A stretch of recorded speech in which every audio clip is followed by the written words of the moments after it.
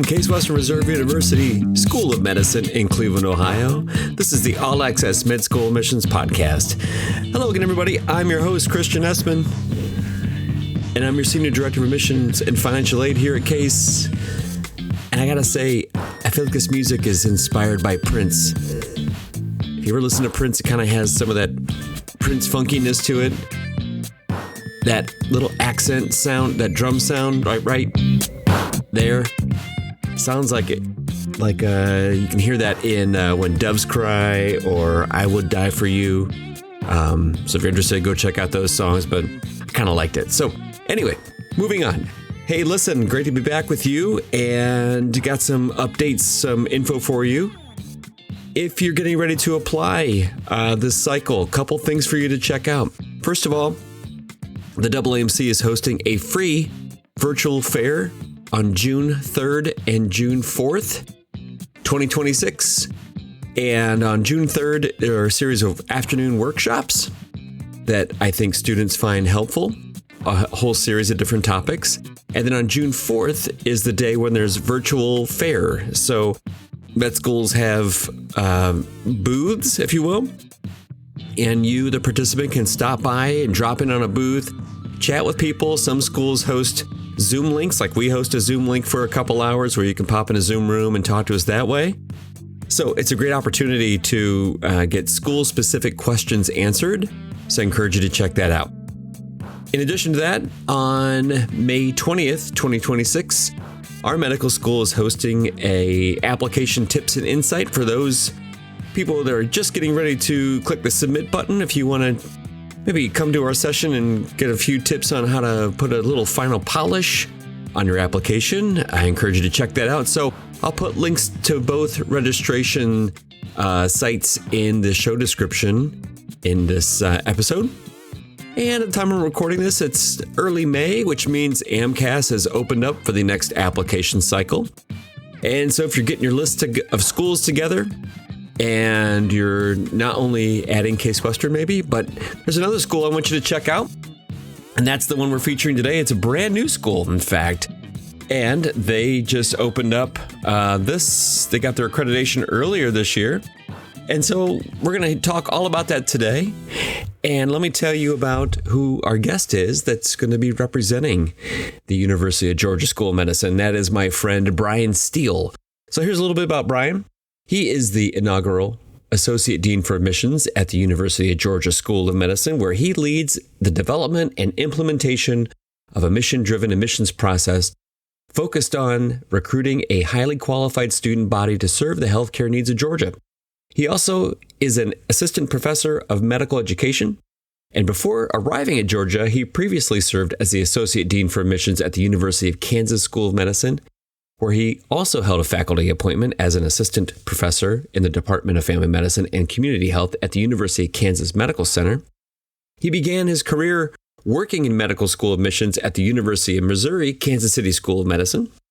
And Brian earned his bachelor's degree in political science from West Texas A&M University and completed both his Master of Science and Doctor of Education in Higher Education Administration at the University of Kansas. He remains actively engaged with the Association of American Medical Colleges, previously serving as the Central Region representative for the Committee on Admissions, and currently is contributing to the national working groups focused on optimizing the admissions timeline and advancing promising practices in admissions. Above all, Brian is passionate, and you'll hear that in his voice, about mentoring future physicians and building an admissions systems that are transparent, data-informed, and mission-aligned. So with that, let's just jump into my conversation with Brian Steele and hear all about the University of Georgia School of Medicine.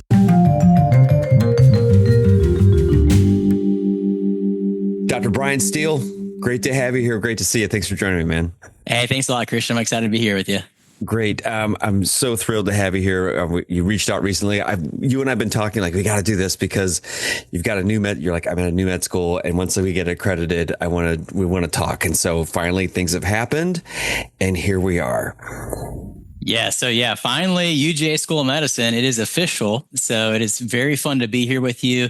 I've really enjoyed, just kind of talking with you, like the last year and a half has just been preparing for accreditation, getting ready for that. And so finally I can actually read applications. So I feel like it was a lot of talking to, colleagues about, how's your process going? Or we're thinking about doing this. Should we do this? And now it's finally here.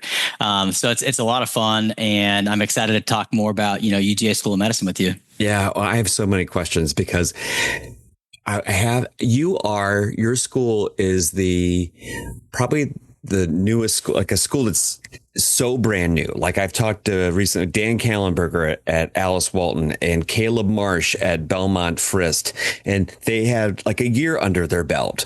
But you are the first school I've spoken to that's like literally just got accredited like a couple weeks ago kind of thing. So it'll be fun. I have a lot of questions about that. But I think maybe the place to start, Brian, is the why. Why does University of Georgia start a new school of medicine? What's the mission? What's the big picture? Yeah, that's a great question. I think multiple times you'll hear me talk about mission aligned. We're very much for the state of Georgia. Georgia currently is the 8th largest state. Georgia economy is always trying to attract more and more people to Georgia. So probably in the next few years we'll be even bigger.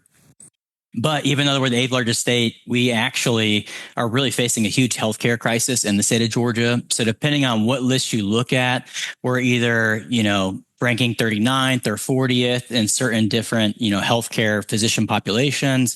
As far as how many active patient care physicians are there per capita, there's a bunch of counties in Georgia that do not have any physicians at all. Oh, wow. And so I think what's important for people to understand is we're not taking away seats from another medical school, but we are adding to hopefully what'll be, students serving the state of Georgia.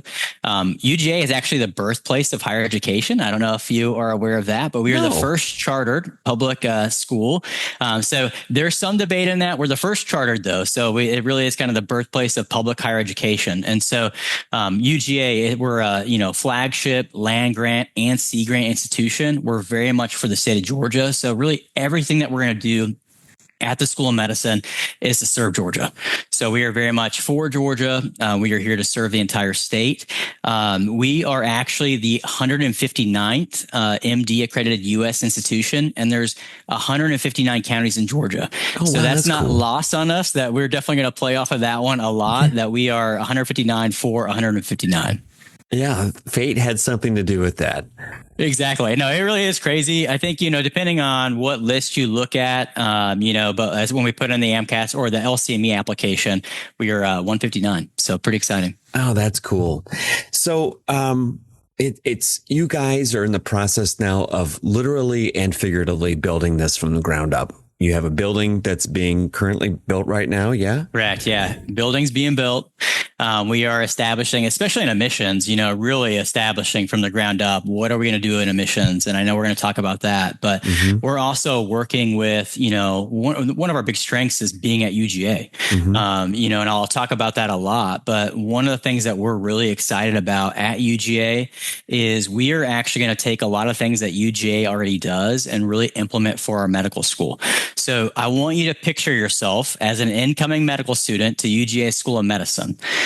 Your education is actually not going to begin in a lecture hall. So orientation, we are actually packing everyone up into buses and we're taking them all across Georgia. So they're going to do a 3-day Georgia road trip as part of orientation. So Christian, picture yourself. That's awesome. In this bus, you're loaded up, you are going out, you're traveling around, you're seeing all the various regions of Georgia.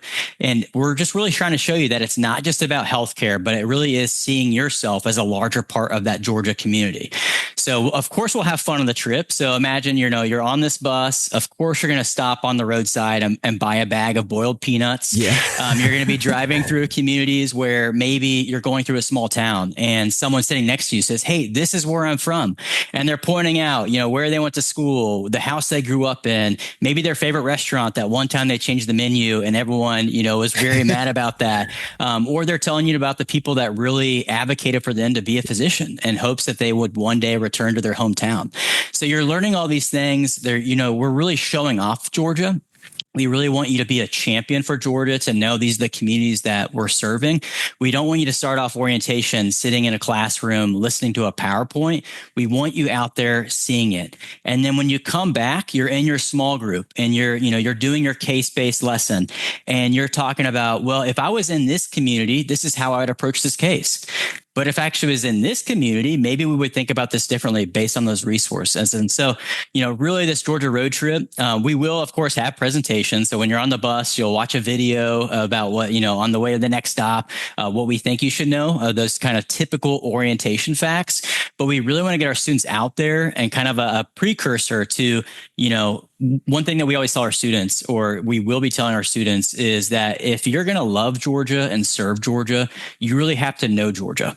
And so we really want to get them out of the classroom, get them all across the state. Obviously, we can't visit every county during a 3-day road trip. And we're really hoping that we can kind of create this to be a more longitudinal trip. So maybe, you did this 3-day trip during orientation and for your incoming class. And then maybe in year 2, you go out and do more of a weekend trip or a 1-day trip. And we really had that longitudinal, where you're really kind of seeing these communities, hopefully the communities that one day a student will be serving.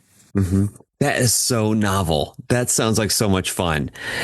And I have to believe we're not just going to Atlanta, but it sounds like you're going to some of the places in the rural areas of Georgia. It's not just the hot spots. No, exactly. So I'm sure they'll drive through Atlanta. There's a few, like I said, UGA has done this a lot. So I was fortunate enough to go on a new faculty tour where they took us around for 5 days. And so we got to see a lot on there. There's public service and outreach at UGA is a really great group where they do a lot of, outreach to our state. And so they have done these trips, actually do a few for like pre-med students where they take them to different hospitals and communities. Wow. And so seeing that, we were like, how do we do this? And so we are finding a way, to make it happen, not just for orientation, but really throughout their time. And then we want them to see go to the Georgia coast, go up to the Georgia mountains, go through Atlanta, really hear the history of Georgia, really learn about these communities that you're facing, but definitely get out there, places that you might not have ever gone to before. But we want you to really experience those. Oh, that sounds amazing. Do you get to go on that trip? We have a meeting where we have an orientation committee, and I really want to be on there because I love learning Georgia facts and I love sharing Georgia facts. And I just love getting students excited. Like I want our students to be excited. Like, when it comes time for year 3 and 4 and they go on a rotation site, that they show up and they're excited. And that community is like, oh, good. We have a UGA School of Medicine student here. I know they're going to be excited. They've maybe already been through our town before. Maybe they've already seen our facilities and now they're back really learning. I hope I'm on the trip. I'm definitely lobbying for that because I would love to be on there and, tell students more about Georgia. Yeah, I think you got a real argument there, Brian. I mean, you're the dean of admissions. You're one of the voices that's coming out of the front door of that place. I think you should be going. And from what I know of you, you're not from Georgia. You just moved there. No. So that's one of my fun facts is I actually don't think I ever went to the Atlanta airport before I interviewed for the position here.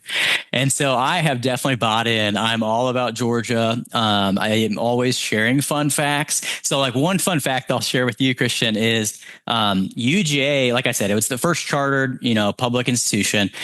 Originally, it was going to be in Watkinsville, Georgia, which is right outside of Athens. But Watkinsville had a tavern and they did not want the students to be drinking while they were studying. And so they moved it to Athens. And of course, that has definitely solved the problem of where the university's at.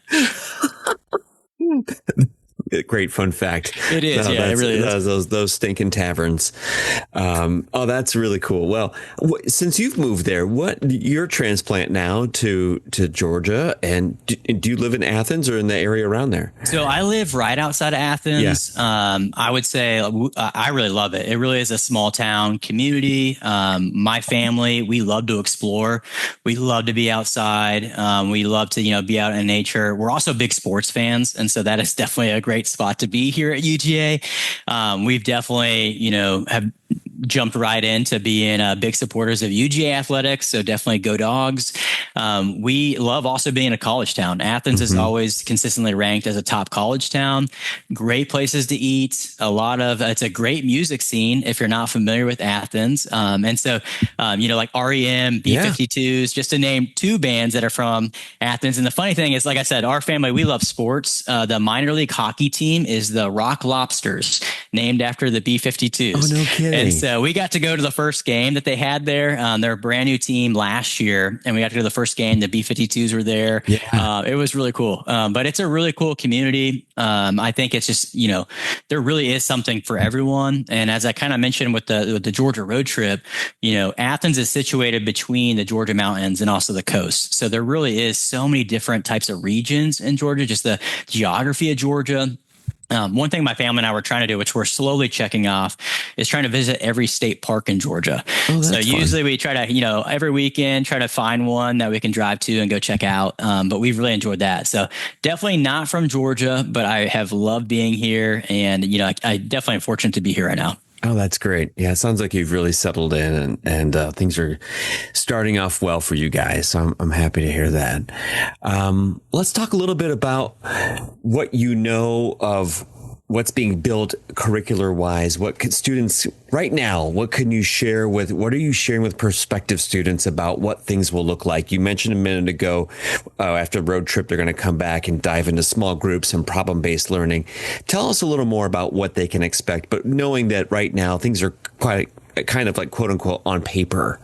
Yeah, no, definitely. So I would say we have a great faculty here. They are very excited to, have UGA School of Medicine students here. Really, our curriculum is built on small group learning. So small group, case-based learning.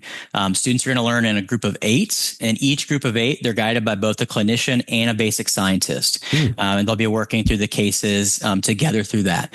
That dual facilitator model really reinforces integration, the foundational sciences, the clinical reasoning, and, really, think about as I mentioned earlier, you're assigned a case and then all week you're really coming from different angles about, what do you know about this patient? What do you know about, where this patient might be in Georgia? Like, as I mentioned, hey, if we were in this hospital, maybe we're approaching it this way, but if we're in this clinic, maybe we're doing it this way. We really want our students to, be aware of the clinical environments that they're going to be serving in the future. And really early on in the curriculum, we have opportunities for them to engage with patients. And so we have in the new building, we'll have a great simulation center. So they're not too scared when they finally see a real patient. But also as a part of our curriculum, we do have some opportunities for them to do, some more hands-on, early on free clinic training. So we have the Athens Free Clinic, we have the Clark Middle School Clinic. So we want our students to be engaged, in the community that we're around with our School of Medicine, getting those early experiences. And then really after those first foundational years, so we are a 4-year program. First 2 years, kind of the typical kind of pre-clerkship. The last 2 years are clerkships. So that 3rd and 4th year, it'll be a distributed model kind of across Georgia. So we are a community healthcare program, a medical school. And so our students are really going to train in a variety of health systems, community systems, really exposing them to the various patient populations and real world practice environments. And so that model, it's very intentional. We want them to see exactly where they could end up down the road, through their 4 years here. So right now, you're recruiting for your first class in a very expedited way. Yes. Which you and I kind of discussed before we hit the record button. But the first class is anticipated to be a class size of? So this first class will be a class size of 60. Okay. And then next year, so the entering class in 2027 will be a class size of 64. And then we add one small group every year. So 8 students until we get to the ultimate class size of 120. Everything that we're going to be doing though is definitely going to be small group community focused. So no matter how big the class gets, students are always going to be in a small group. They're always going to feel like they're part of that smaller community, whether that's in that small group at the medical school or in the Athens community or just Georgia as a whole community. We're very focused. We're very community focused on that. With the new medical school building, the class size, it can only hold up to 130. So I don't think we're going to ever go over 120. And I would say too, for a large institution, 120 is a pretty decent class size for students for a medical program. So I don't think it'll ever feel overwhelming, but that's our plan for this year, 60, and then slow growth up to 120. You mentioned a few times the small group learning in groups of 8. Will there be lectures as well? Yeah, so we'll do some like large group learning as well, in addition to the small group learning. I think, one of the things that we are really trying to figure out how do we best do is we are one of very few institutions that offers One Health. So human health, animal health, environmental health. So at UGA, we have now a School of Medicine. We also have a College of Ag, a College of Vet Med. We have a pharmacy school, a law school, College of Engineering. We have a forestry school. We have public health, social work. We have the Terry College of Business. We have so many different departments that we don't want our students just learning in a small bubble of just medical students, but we want to take advantage of what we have here. So we want our students learning alongside, what does engineering do? What does their lab space look like? What lab improvements are they doing in the vet school? How can we learn alongside their students? We really want to have this model where students are just not operating within the School of Medicine, but we really are taking advantage of all that UGA can provide us. Boy, Brian, while you're speaking and saying that, I was just thinking, you're talking about all the resources that the new School of Medicine is going to be tapping into, expertise, resources, opportunities for students. I think it just occurred to me that UGA is one of the few schools that did not have a medical school attached to them. The only other one I could think of was maybe Auburn. And Alabama has one. Alabama's UAB. But I can't think. This is like a trivia question. What SEC schools don't have a med school? Yeah. There's not very many, and that's honestly so. Christian, when they reached out, before coming to Georgia, I was at the University of Kansas School of Medicine, and I loved my time there. I loved it. When UGA reached out, I honestly was like, wait. University of Georgia does not have a medical school. Right. And so I actually called our friend, Dr. Layla Harrison, and was like, is this for real? Like, do they really not have a medical school? And she was like, no, this is for real. Like, you should really think about this. And so I think for me, especially being at a land grant school, like the mission, the land grant, the Sea Grant mission really is for the state. And so it was something that I really could get behind. We are definitely very mission driven and focused. What's really fun too about being in Georgia is just the support the state has for this School of Medicine. So I remember when I came for an interview, of course I had to buy, I didn't want to jinx anything, but I had to buy a UGA hat. And it's just like walking around the airport with that on, people are saying, go Dogs. And it's oh, this is really cool. And so, going out across the state, when we go on listening tours to really learn about what do you want to see in our School of Medicine students, just how much support that people have for this university. Being a land grant, each county has an extension office. UGA also has a really cool thing through public service and outreach called Archway Communities, where they kind of adopt 8 communities where they really go in and they help these communities. How do we grow our community? Whether that's like downtown revitalization, they're sitting in on their commerce meetings. They're sitting in on their city council meetings. And it's like, that's what we want our students to do. We want them to go to these communities and hear these things. And so I was really excited. I was really surprised Georgia did not have a medical school. And I just feel incredibly, humble and grateful that I'm here working for this school now. Oh, that's great. You've had to put on pause your admissions work, like what we all been used to, like our cycle going through it. And then, so you get to UGA and you're basically building this process, a new admissions process for a brand new school. What's that been like?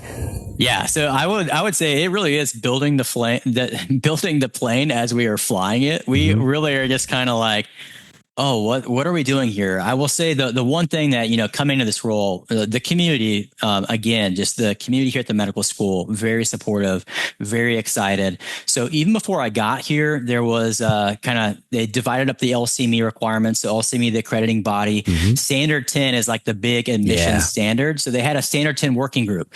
So when I came in, they said, hey, here's what we've kind of researched, what we've seen. It was a group of about 6 people.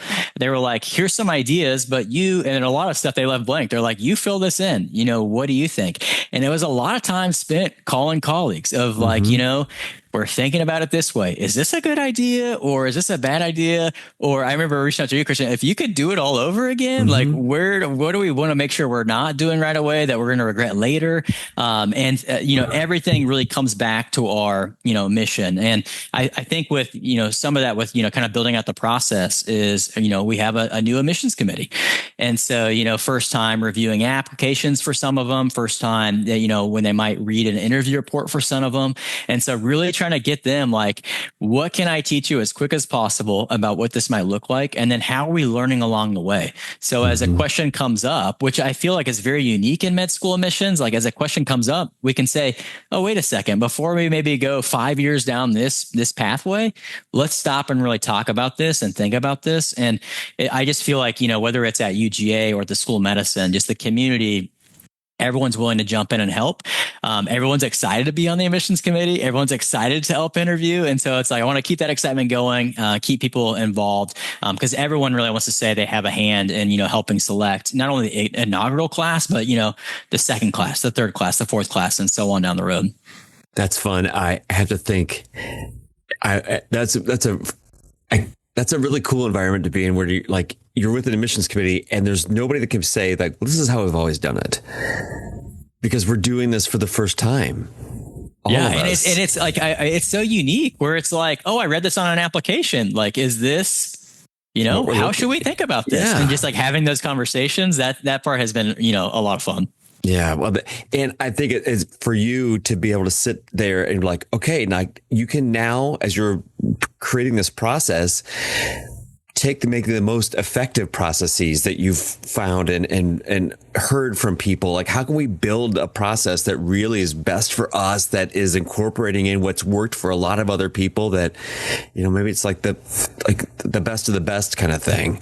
Yeah. I feel like sometimes I have to be careful for what I wish for because, with the AAMC, I'm involved with optimizing the admissions cycle working group. And it's like, oh, now I really know what a very optimized cycle, very condensed cycle looks like, or, being involved with the promising practices of admissions. It's like, oh, I've been talking about these promising practices for the last few years. Now I actually can implement and be like, oh, this is exactly what we should do in our School of Medicine. Yeah. Oh, what a great opportunity for you. That's cool.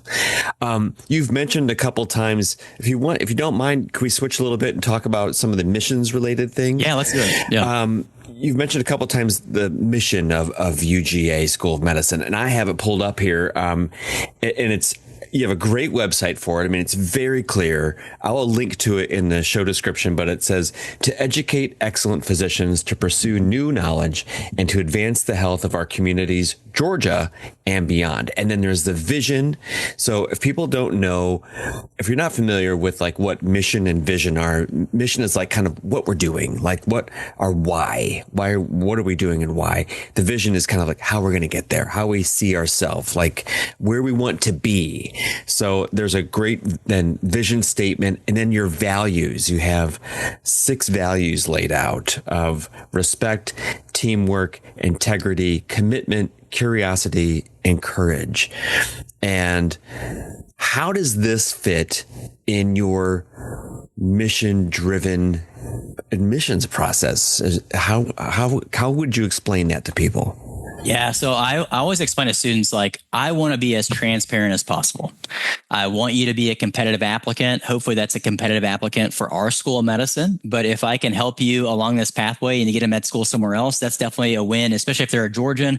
That's a win for Georgia. Hopefully they'll look for us when they're applying for residency programs or down the road. But I always tell students, I think in admissions, we're always looking for those mission aligned applicants, but students also need to look for the mission aligned medical school that they want to attend. So we talk about the Georgia road trip. If a student's listening to that and thinking, oh, I do not want to do that, then we might not be the medical school for them. If they don't want to serve Georgia, we might not be for them. So the mission, vision, values are really driving everything that we do. So I always tell a student, read those. The values, that is exactly what we are looking for from our applicants. We are looking to see if they have those values. Those are going to be related to questions that we're asking in the interview. They should definitely look at that and think, do I align with these values? We are also, with the AAMC pre-med competencies, our committee is looking at that as well.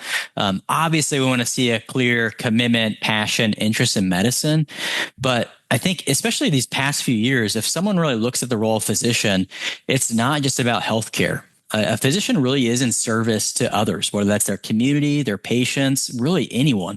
So we want to see that from our applicants as well. What do you know about medicine, obviously, but what do you know about that service to others? That's what we're looking for in our applicants.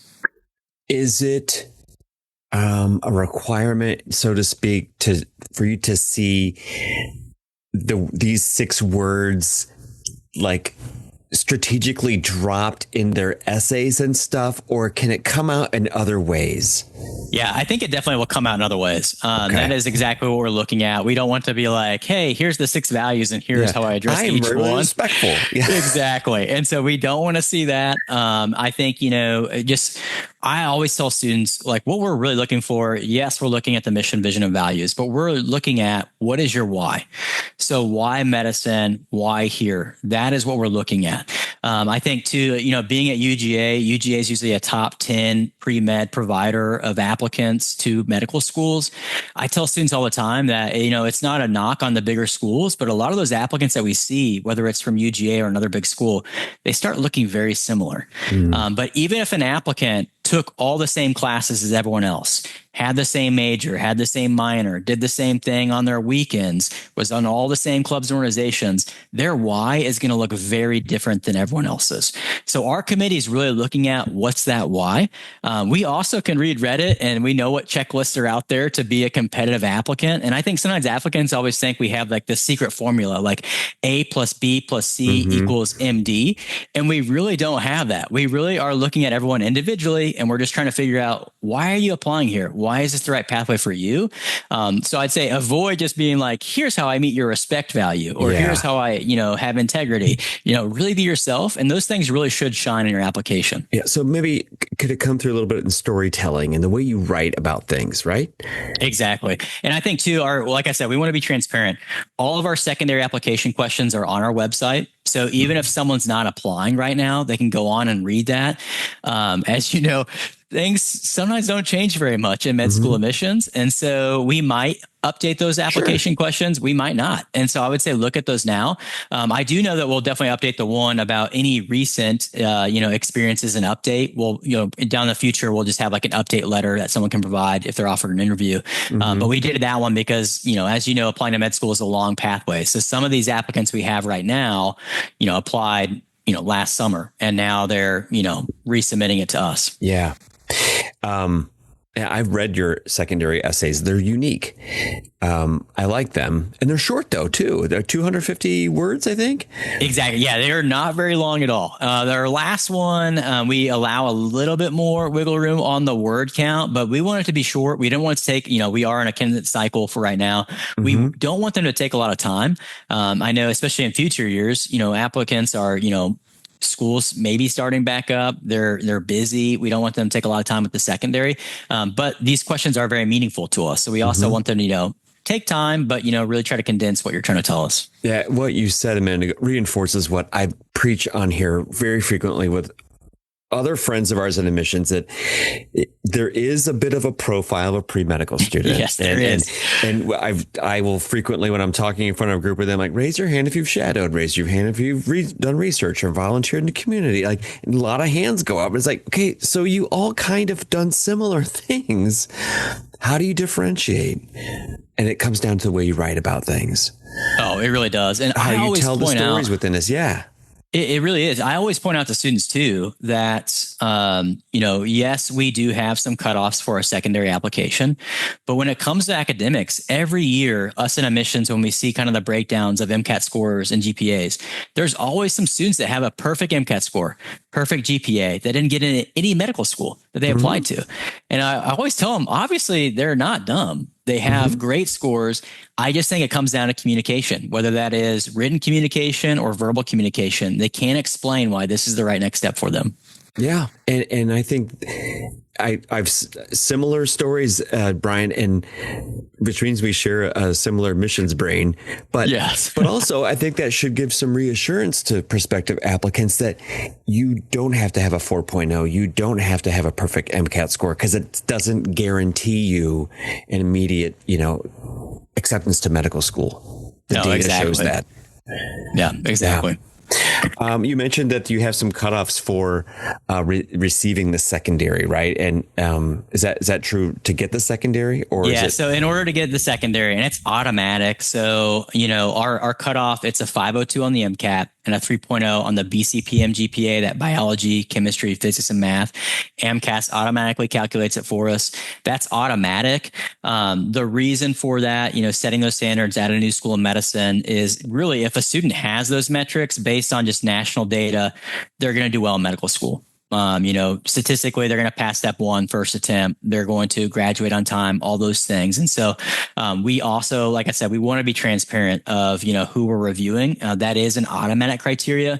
Once someone meets that, they get the secondary, they can submit their letters of recommendation, and then we're looking at them. And so we are looking at everyone individually. We're not comparing you to another student. At least two people are going to review your application to figure out should you be offered an interview or not. And they're really looking at that why. Do you align with our mission, vision, and values? Why should we offer you an interview? I also tell our committee, we're really looking to screen in. We're not looking to screen out. And so we really want to figure out who actually meets our mission and would do well here that we should offer an interview to. Something you said in there that triggered me also is that you said we don't compare applicants to others. And I think there's this perception that we're sitting with a pile of files around us and we're thumbing through, licking our fingertips and, turning pages and like, oh, let's look at this one compared to, it just doesn't work that way. No, it doesn't at all. And I think sometimes they think like, oh, you can only take one student from this county or one student from this college. And it's like, no, that's not what we're doing at all. Yeah. Yeah, we really are reviewing kind of an isolation of that application of that student that's right in front of us, or that applicant that's right in front of us. So I try to find like dispelling myths in these conversations with people. We say some things repeatedly, but I don't think it hurts to hear more than once that like we're not sitting with piles of paper files and handing them around the table and saying we can only take one of these people. Now, truth be told, maybe near the interview season when you have 5 spots left, we can only take 5 more. We can only invite 5 more people, but they're not this like beside each other kind of thing. So that doesn't really work that way. What about so your interview process? That's going to be, I think, what I've just looked at here, MMIs. You guys are doing virtual interviews on MMIs? Yeah, we'll do a virtual MMI. So we're going to have 6 stations. On those stations, they'll get a 2-minute, 2 minutes to review the prompts. And then we're doing 6 minutes to respond to the prompt. So it's not going to be, anything too crazy that we're asking the students to do. They also get a 2-minute break in between stations so they can kind of catch their breath. And then, interviewers can kind of collect their thoughts. It is closed file, so the interviewer does not know anything about them. However, I always tell applicants that does not mean you don't talk about your application. You just want to be very clear about what you're talking about. So I always use like the example, you don't want to tell an interviewer that does not see your application, oh, well, my first year of college didn't go very well. Because maybe in the student's mind, they're thinking I got 1 B and all A's. And the interviewer's thinking, oh, no, they failed their first year. What are we doing here? So I always tell students like really, review your application, especially when you're coming in for an interview. It might have been a while since you hit submit on there, and really think about when I'm done in those 6 minutes, it could go by fast. It could feel like a long time, depending on who you are as a person. But after those 6 minutes, what do I want to make sure that interviewer knows about me? And so that should be, giving them some, background into, what are your passions? What is that why? Link that back to your, whatever question you're being asked, and really talk about that. I think, we've talked before. I think every school is looking at, why do you want to be a doctor? If they don't ask you that, that's what they're trying to figure out. And so I think, really be thinking about, what could I be asked? I also tell students, Google questions I'll be asked on my med school interview day and start working through those. So do mock interviews. Being virtual, I also recommend record yourself on Zoom. Yeah. How do you look? What's behind you? What are you putting off? Avoid any kind of hot topic, scenarios or anything that might introduce bias into the conversation. Really avoid those things. Interviewers, they're just trying to get a chance to know you. So they really want to know, could you be my colleague someday? Could you be my physician someday? All of our interviewers, we have a good representation of community members, faculty, staff, and they really just want to know these students. They want to know their why, why are you interviewing? And that is the kind of the process we're doing. With our interview, no one wants to be on Zoom all day. So our interview is really just the interview. You'll get a Zoom link, you'll log on, we'll do a quick orientation. Really, I'm there just to hopefully make the students feel at ease because, we're just trying to get to know you. And you're also interviewing us. You're trying to figure out, is this a school I want to go to? So I try to put them at ease, and then we send them off for their interviews. Once the interviews are done, they're done for the day. And so it's a very quick moving process, especially MMI. Sometimes it feels like a little bit more of a rapid fire responses. But we want to just not be, giving them information on curriculum while they're trying to think about what am I about to say in these interviews? Or why did I just say that in my interview and I'm trying to listen to curriculum or financial aid? So we'll have a lot of different presentations available to them and opportunities to ask those questions. Just interview day though, just the interview, log on, do your interview, log off, catch your breath. Yeah. You mentioned other information sessions. And one thing I wanted to highlight is that right now, you guys are hosting a number of virtual information sessions about the school. I'll put links to those in the show description. But, we're recording this in March of 2026. And so this is going to probably sit out there for a while. But I have to think, Brian, you'll have other of these types of information sessions that you guys will regularly post or advertise on your website. Yeah? No, exactly. So we will have a lot of information sessions coming up. I think we always get asked like, hey, can I come take a tour of your campus? We're kind of holding off on tours right now till our new building is done. The building should be complete December of 26. And so once that is complete, we would love to bring people on campus and show them the tour. We'll have a lot of virtual options because I know, not everyone maybe able to get to Athens. So we'll have some virtual options. We will have some on-campus options, minus the tour. But really, those are great opportunities to ask questions. And we really are there to dispel any myths. We want to share information with you. We want students to know what we're looking for. We want to be as transparent as possible. Can I ask you a question real quick about one of your secondary essays, the one about the fulfilling an impactful career? Yes. Yeah. Let me read it real quick, and then I want to ask you how that came about because it's really unique. It's called the Career Celebration essay. Imagine you've reached the end of a fulfilling and impactful career. A trusted colleague or mentee is delivering a speech in your honor at a celebration of your professional life. What would you want them to say about the kind of work you did, the values you embodied, the relationships you built, and the legacy you left behind? Take this opportunity to reflect on the career you aspire to build and how you want it to be remembered. How did that come about? Yeah, so great question. And I'd love to share more about this because really where this came about is from Dr. William Crump. And he's actually in Kentucky. He's with Louisville School of Medicine. He's done some stuff on our campus, just training faculty, does some stuff at UGA's undergrad campus. So has some connection to Georgia. And he has what's called a career eulogy reflective exercise, where he kind of measures different things based on a career eulogy. So we kind of brought that to the admissions committee and we're like, this might be a good question, but we wanted to put a positive spin on it. So we didn't want to have a eulogy. We wanted to say, hey, celebration, fulfilling career. Where where are you at? And then kind of back to that mission, vision, values. We don't want someone to put in all those value keywords, buzzwords in there that, that reflection, but we really want to know like, hey, is where they see their career going kind of what we also see, hopefully their career ending up being. That's really unique.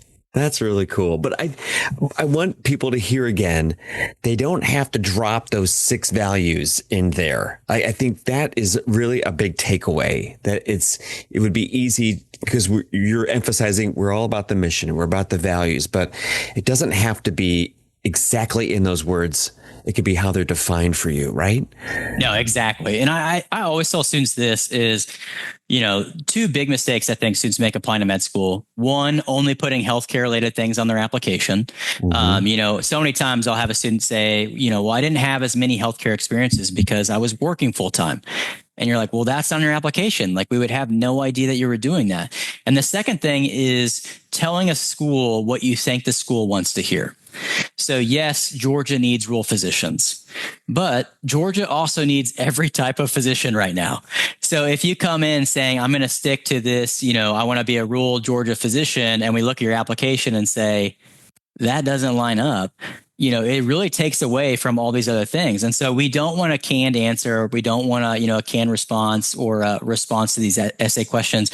We really want to get a chance to know you. So be honest, be yourself when you're sharing that, because, we want you to end up where you want to be as a medical student. Would it be okay for an applicant in so many words to say, I'm kind of undifferentiated, but I know I want to serve. I don't know yet if I want to be rural or urban. I don't know yet, but but I know where the fire is inside. Oh, I think it definitely. And I would say, another thing I always tell students is, show us, don't just tell us that. Mm-hmm. And so, maybe you have a lot of different specialties that you've shadowed, or maybe you've spent a lot of time in different communities and you're like, I don't know what ultimately I want to end up, but I really enjoyed, working with this type of patient. Or I also tell students too, like medicine, and it's also one of our values, medicine's team-based. So it's not just knowing what the physician does, but what is everyone else on the healthcare team doing? And so, yes, we're going to see, why do you want to be a doctor, but why is this the role for you on the healthcare team setting? And so I think, the more you have those experiences of knowing, oh, I like this, or maybe I don't like this, it's going to help out. Because medical school, just like undergrad, you're probably going to change your mind. You'll go on one rotation and think, I love this, or maybe it's not what I thought it was. And then the next rotation, oh, I love this one more. And you're just going to be changing your mind. So I think the more you can get those kind of wide variety of experiences before you start medical school, I think the better kind of foundation you're going to have as a medical student. So safe to say, you're not going to be asked at UGA's interview what kind of doctor you want to be or what kind of geographic location. Correct. Yeah, that is not one of our questions, at least not this year. Yeah. But I think, that is not one. But I think that's going to be in the back of someone's mind of like, where could I see this person, practicing medicine?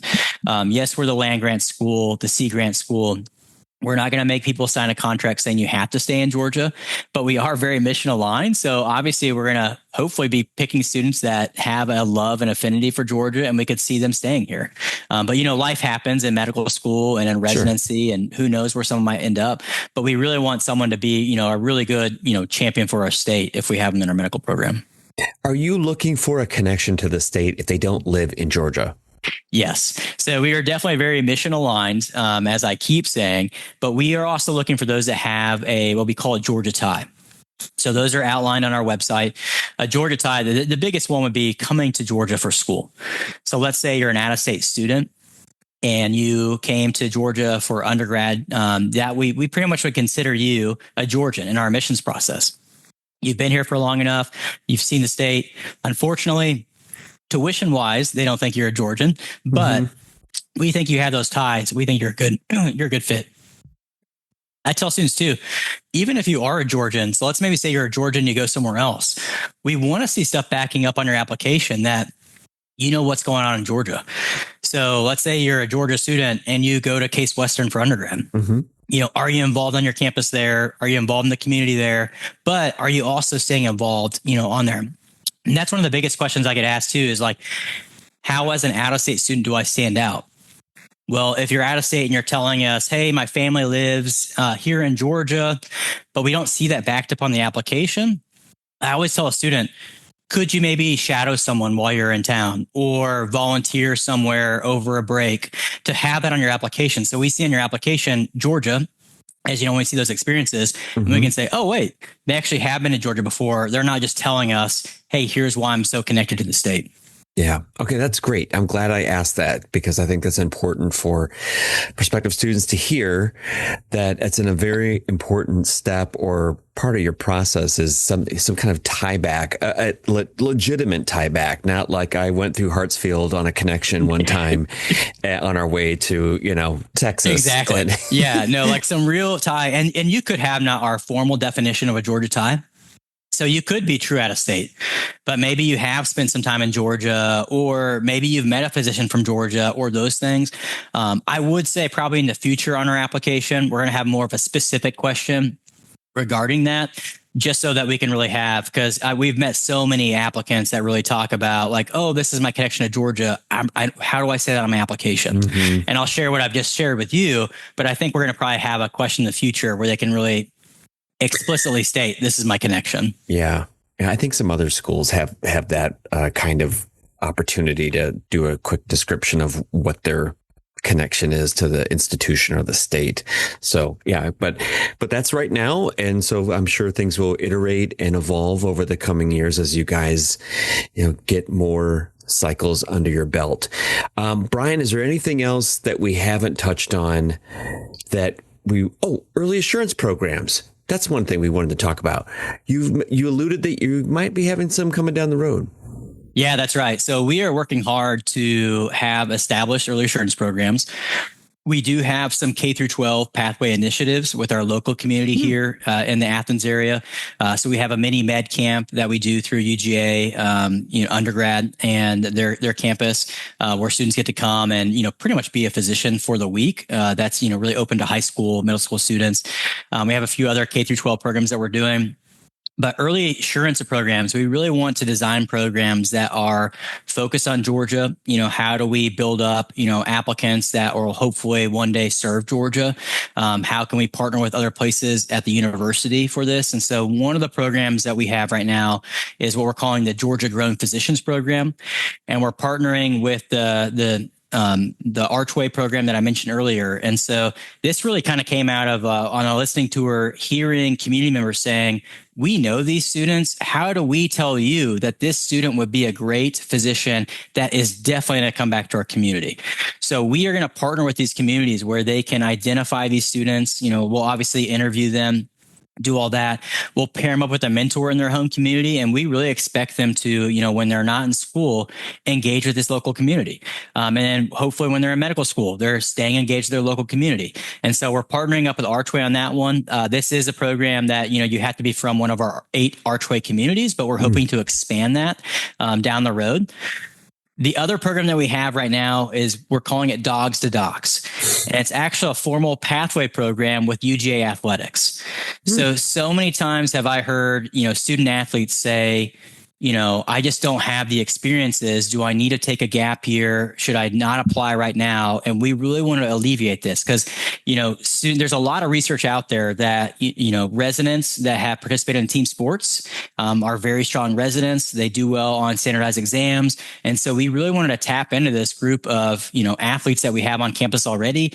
They have a lot of great resources available to them. And so we really want to identify who's interested in medicine early on with the UGA athletics program, get them a mentor, have them work, working with their advisor, working with, really anyone student success related to help them be a competitive applicant. And we would actually be the first school to offer early assurance with a partnership with athletics. So we are hopeful that we will expand those programs down the road, but all of these right now are starting with just UGA alone. And then we're hoping to kind of branch them out throughout Georgia. I was just thinking, I don't know that I've heard of a program like that before. And so you've clearly done your homework and you guys would be the first one to offer that kind of student athlete pathway. That'd be cool. Yeah, that's the one that we're not sure if it's approved yet or not. Got it. Yeah. So they have to, we're waiting to hear back from compliance. So I think NCAA said good. SEC, we're waiting on that one. Yeah, I saw you have a question on path or a gap year. Do you want to maybe talk about that? Yeah, let's do it. Yeah. How does your admissions committee viewing gap years? What is your guys' opinion on that? Must have or can go both ways?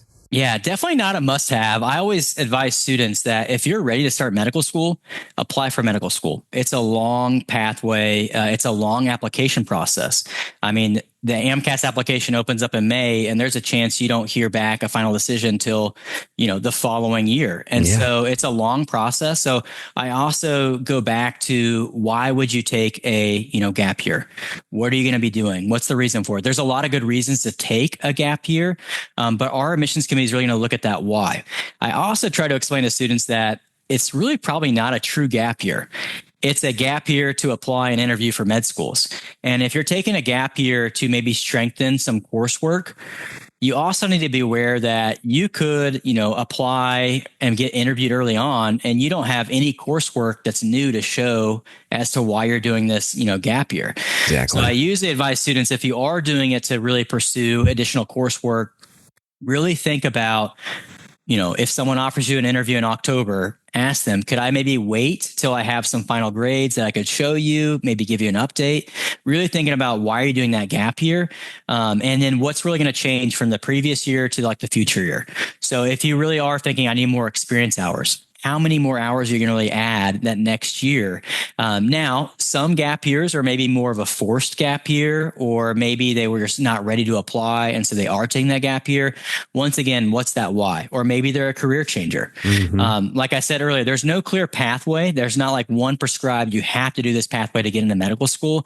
It's just about how does this pathway make the most sense to you? Why was this the route you took? And make it make sense to an admissions committee.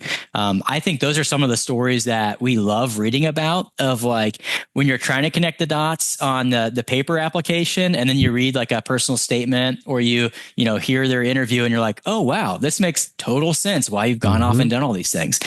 So I always tell students though, it's not going to hurt you in the process, but it really comes down to how you talk about that gap year and what you learn from that gap year. Yep. Exactly. It's the reflections and like you keep saying is the why. And I think it's really important to keep hearing that. And the why is important because it's about you, not what you're hearing from peers, not what you're reading about on, different forums and stuff. It's your why. And so you really have to try and put the blinders on or go into a silo or something and follow your own path. So I like how you keep repeating that. I think it's hopefully people are hearing this. Listener, hear this. Yeah. Brian, is there anything else that you wanted to touch on before I want to see what questions you have for me too. But I do have some questions for you. So I think we can just go, that pathway. I'll just like reference, we have a lot on our website.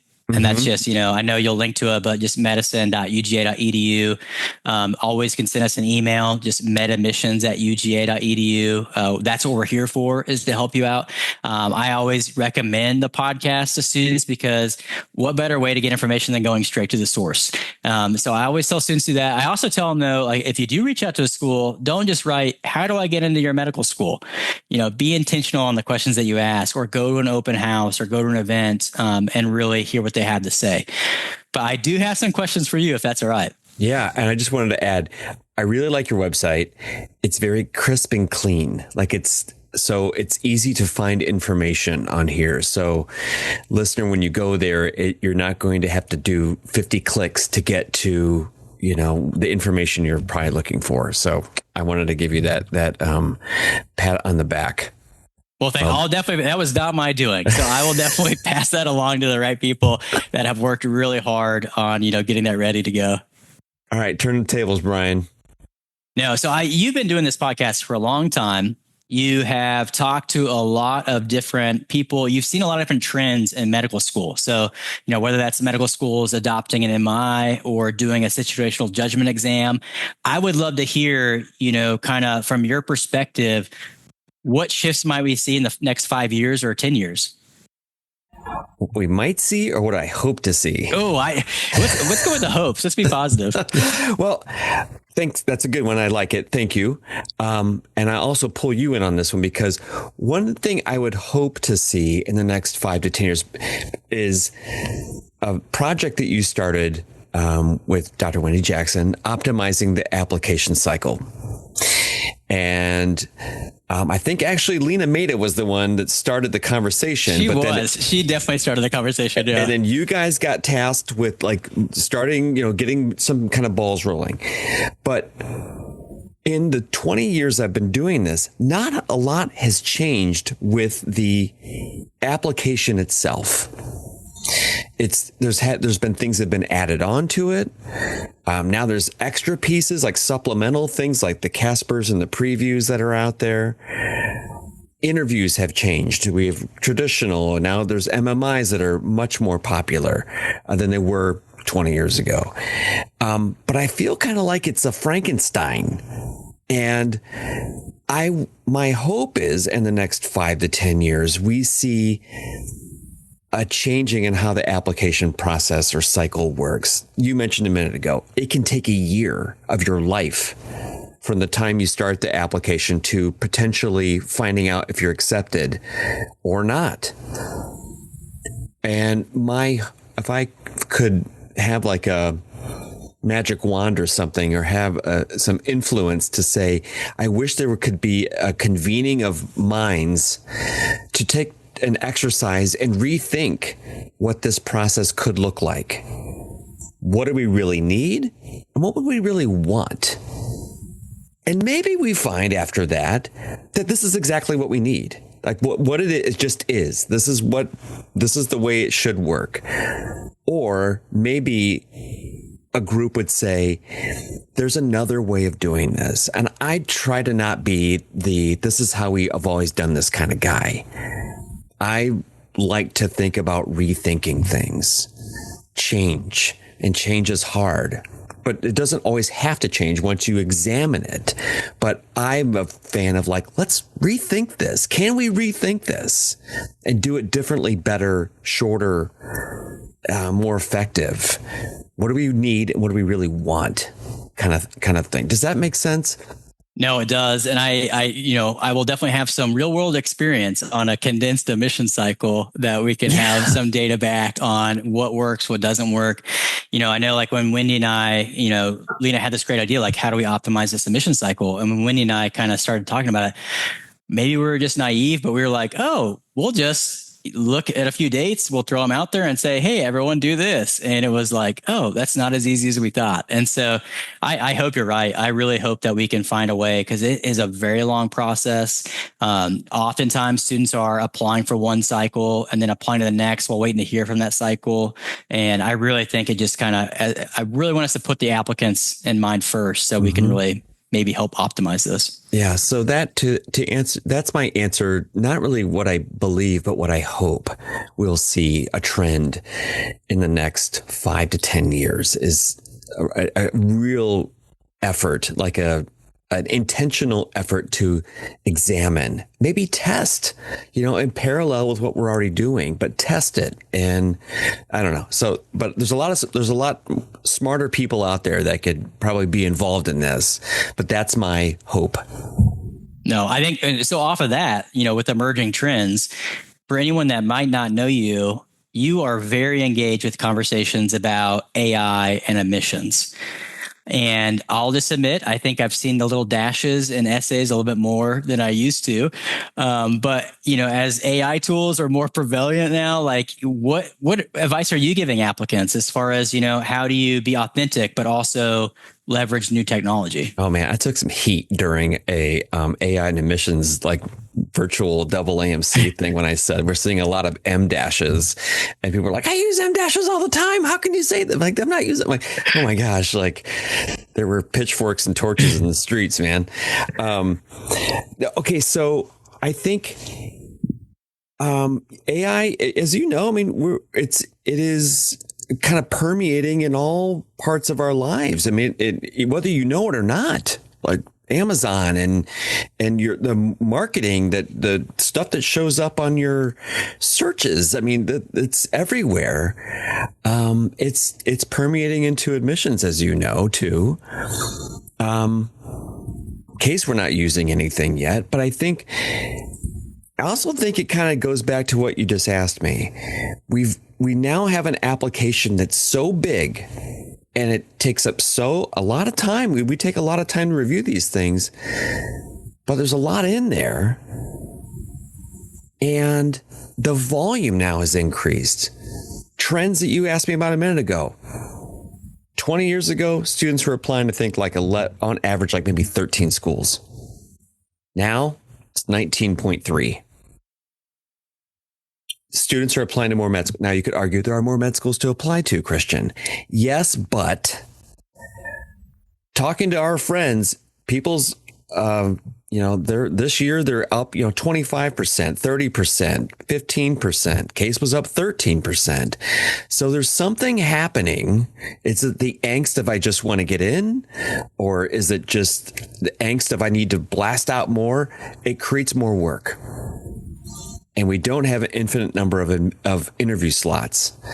So schools are looking at ways to how to streamline things. And so I think it kind of blows my mind that we have this Frankenstein application that now we're trying to spend money to create AI tools to create more efficiencies or streamline that or give us summaries to then, and humans are always going to be involved in this.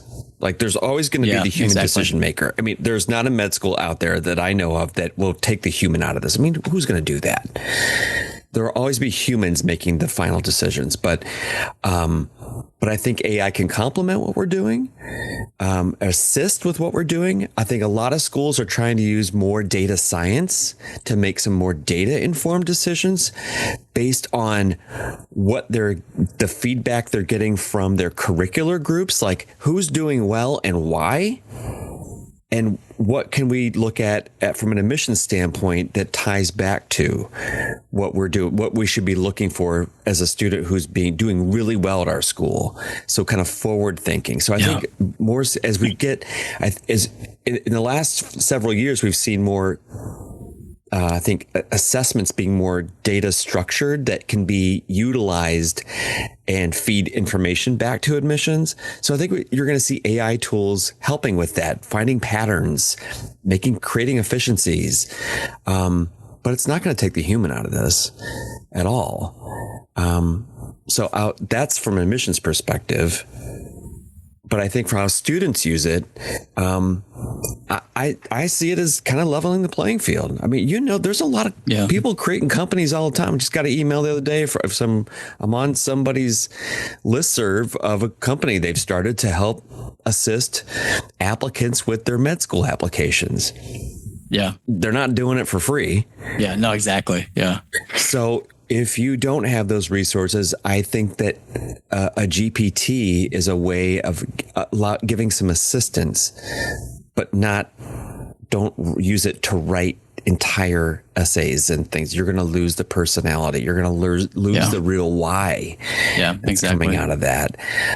So I'm not against applicants using AI tools for assisting with like ideating or what do you think spell check is? Spell check is it's kind of like, and people use Grammarly. It's kind of like AI or data science. I'm not a data scientist, but it's kind of like that.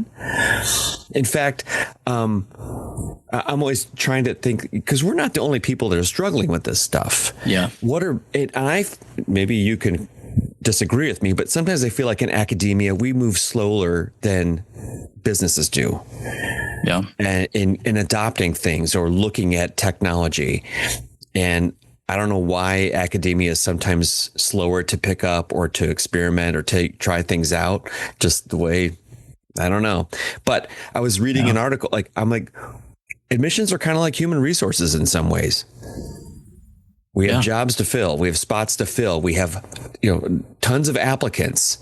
How do we find the right fit? And so human resources are using a lot of AI tools. One thing that I thought about was is the personal statement, because we've heard this at conferences, is the personal statement going to be kind of not useful if students are all using AI tools to write them?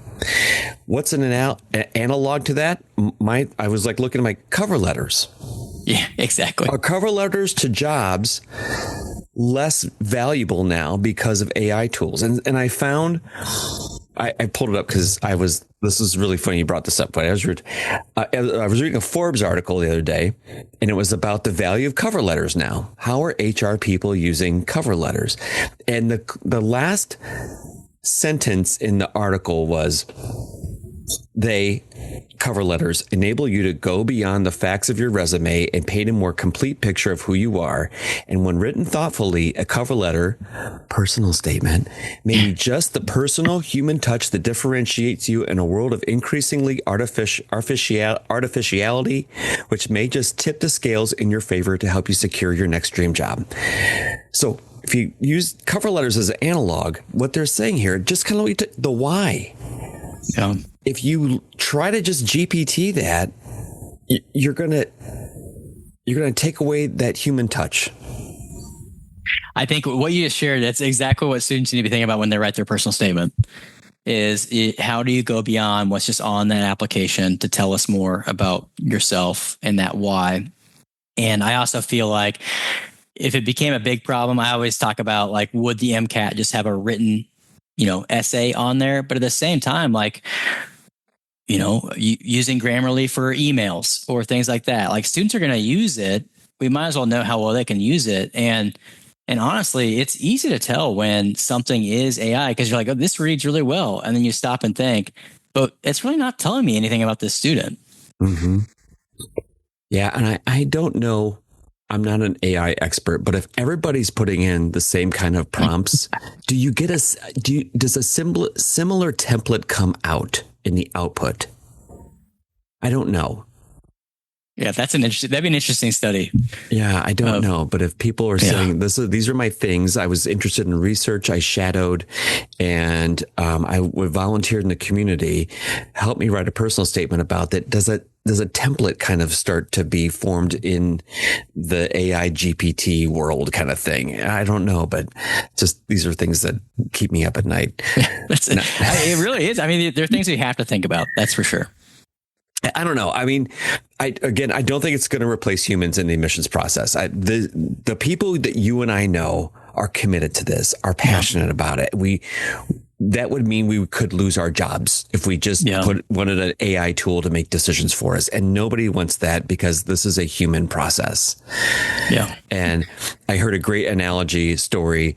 It's no secret, I'm a drummer. I've been a drummer all my life. And I heard a great story, but like back in the 80s, drum machines came out. And everybody freaked out back then that drum machines there's not going to be any more drummers in music. Well, do we still have drummers today? Yes. Do drummers play along to drum machines? Yes. And it makes it better. You play along with a drum machine, you can have more sounds and more noises and other rhythms and stuff that you can play along to. It makes it even better. So that's how I think about AI tools in my goofy drummer mind. That's a good analogy though. Because everybody was really worried about it back then. Oh my gosh, like we don't need drummers. We can just have a drum machine. Well, yeah, you can do it in studio, but play live, it's not as cool. So anyway, so thanks. What's your take on that? What do you think? Yeah, no, I agree. I think it's like, it's not going to replace the admissions process. AI is not. I think, students obviously on the student side need to know how to use it responsibly, keep their own voice, but these are not tools that are going to go away. It's just like when the internet came around, it wasn't like, hey, avoid using the internet because we don't know where this is going. So it's like, be familiar because you're probably going to use it. But from the admissions side, if anything, we really are just trying to find a tool of like, how can we better identify those students that are more mission aligned for our program? How do we do it? Because like you said, application numbers are going up, and, how can we truly individually review someone to the best of our ability? And I think that's where these tools come in. Yeah, I see them as a tool, not a replacement. But in case we're not using anything yet, we're just trying to be intentional on how we step into this. just new like emerging technology. But there's people doing stuff out there. We have friends that are using and beta testing things and doing it responsibly. I can assure you, because you and I have been on calls with people that are demoing stuff for us, and it's really interesting. But I can assure the listener that people are doing things very responsibly, and it's not just like slapping stuff into Chat GPT or Copilot. Like there's a lot of hoops that people are going through at their institutions to make sure that things are AI safe. Yeah, they really are. Yeah, I think applicants do not need to worry. That's for sure. Yeah. No, everybody knows this is really highly sensitive information, and people want to do it the right way. Yeah. What else? I think that was it for my questions. Yeah. It was good hearing your thoughts on that. Thank you for asking me. It's always fun because I'm asking all the questions like 3/4 of the time. But hey, listen, Brian, this has been fun. I'm so glad that you were able to step away a little bit from reading applications. I know you right now, currently at the time we're recording this, you're under crunch time. So to get the first class in. Yeah. So I wish you the best, and I do think we should do this again maybe in a year or so after you get a good class under your belt and can come back with some outcomes and what you've seen and heard, and tell us more about what's going on there at UGA after you get things going a little bit. No, that sounds great. I'd love to. Thanks for having me, Christian. I really appreciate you doing this for applicants, for students, really getting information out to them. Well, I enjoy it. So thanks for saying that, but it's fun. And I appreciate it. I'll just say thank you. I'm terrible at taking compliments, so I'll just say thank you. All right, man. Have fun. So thank you. Good to see you, Brian. Thanks so much, man. Good to see you. Hey, go Dogs. Go Dogs.